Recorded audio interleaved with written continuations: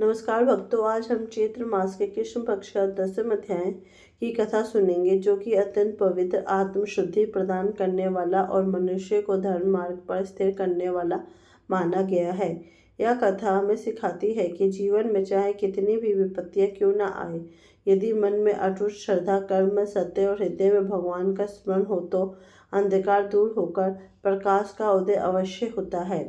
जो इस पावन व्रत को श्रद्धा और नियम अनुसार करता है तथा कथा का श्रवण करता है, उसके जीवन के कलेश शांत हो जाते हैं और घर में सुख समृद्धि का वास होता है। प्राचीन काल में एक नगर था जिसका नाम था धर्मपुर। वहाँ वीरेंद्र नाम का एक राजा राज्य करता था। वह शूरवीर और न्यायप्रिय था, परंतु उसके जीवन में एक गहरी चिंता थी। कई वर्ष बीत गए, परंतु उसे संतान सुख प्राप्त नहीं हुआ। राजमहल में वैभव था, परंतु मन में शून्यता थी। रानी ललिता अत्यंत धार्मिक थी और प्रतिदिन भगवान की पूजा करती थी। वे सदा यही प्रार्थना करते कि उन्हें संतान का आशीर्वाद मिले। उसी समय चैत्र मास का कृष्ण पक्ष प्रारंभ हुआ। राज्य में एक तपस्वी संत पधारे जिनका नाम था कृपाचार्य।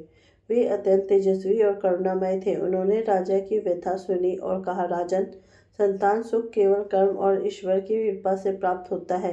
यदि आप श्रद्धा से चैत्र मास के कृष्ण पक्ष में व्रत रखें, कथा सुने और निर्धनों की सेवा करें तो आपकी मनोकामना पूर्ण हो सकती है। राजा और रानी ने 10वीं तिथि से व्रत का संकल्प लिया। प्रातः स्नान कर वे भगवान विष्णु तथा माता लक्ष्मी जी का पूजन करते, दीप जलाते, तुलसी पत्र अर्पित करते और कथा का श्रवण करते। उन्होंने राजकोष से निर्धनों के लिए अन्न और वस्त्र का वितरण प्रारंभ किया। पूरे राज्य में भक्ति और सेवा का वातावरण बन गया।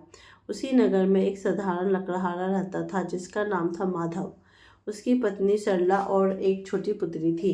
वे अत्यंत गरीब थे, प्रतिदिन जंगल से लकड़ी लाकर बेचते और उसी से घर चलता था। एक दिन सरला ने कहा, हाँ, सुना है राजा व्रत कर रहे हैं और कथा का आयोजन हो रहा है। यदि हम भी श्रद्धा से व्रत करें तो शायद हमारे जीवन के कष्ट कम हो जाए। माधव ने कहा, हमारे पास तो अन्न भी मुश्किल से होता है, व्रत कैसे करेंगे? सरला ने उत्तर दिया, व्रत का अर्थ केवल भोजन त्याग नहीं बल्कि मन की शुद्धि है। यदि हम सच्चे मन से भगवान का स्मरण करें तो वही प्राप्त है। 10वीं के दिन दोनों ने उपवास रखा। प्रातः नदी में स्नान किया, घर के कोने में दीपक जलाया और भगवान का नाम जाप किया। सायंकाल कथा में सम्मिलित हुए। कथा में बताया गया कि एक समय एक धनी व्यक्ति ने अपने लोभ के कारण निर्धनों का अपमान किया, जिससे उसका परिवार नष्ट और संकट में पड़ गया। जब उसने कृष्ण पक्ष में व्रत कर सेवा और दान का मार्ग अपनाया, तब उसका जीवन सुधर गया। यह कथा सुनकर माधव और सरला के मन में आशा जागी। कुछ ही दिनों बाद जंगल में लकड़ी काटते समय माधव को एक घायल वृद्ध मिला। उसने उसे घर सहारा देकर घर लाया। सरला ने उसकी सेवा की और थोड़ा जो अन्न था वही उसे खिला दिया। वृद्ध कुछ दिनों में स्वस्थ हो गया। जाते समय उसने आशीर्वाद दिया, तुम्हारी करुणा और व्रत से मैं प्रसन्न हूँ। तुम्हारे घर में शीघ्र ही सुख समृद्धि आएगी।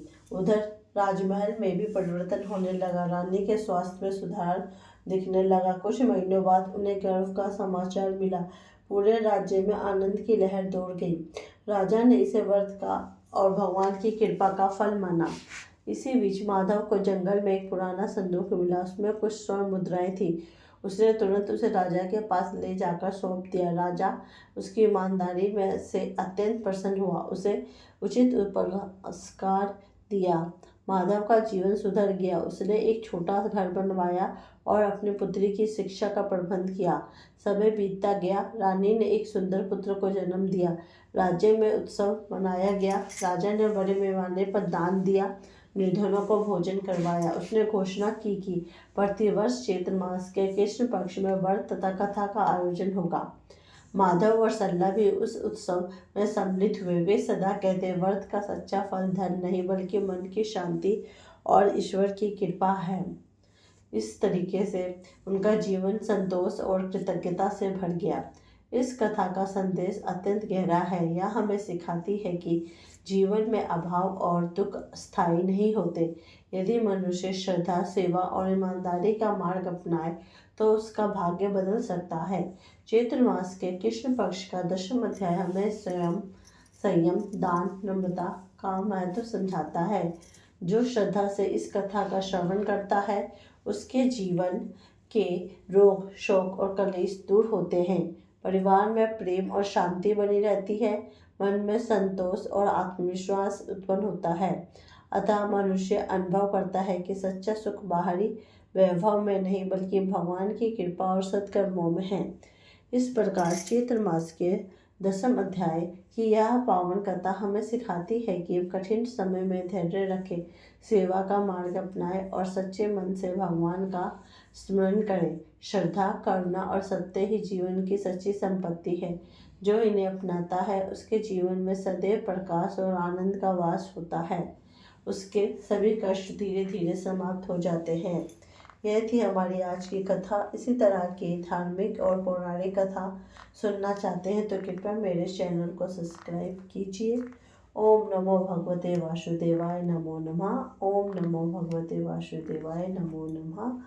ओम नमो भगवते वासुदेवाय नमो नमः।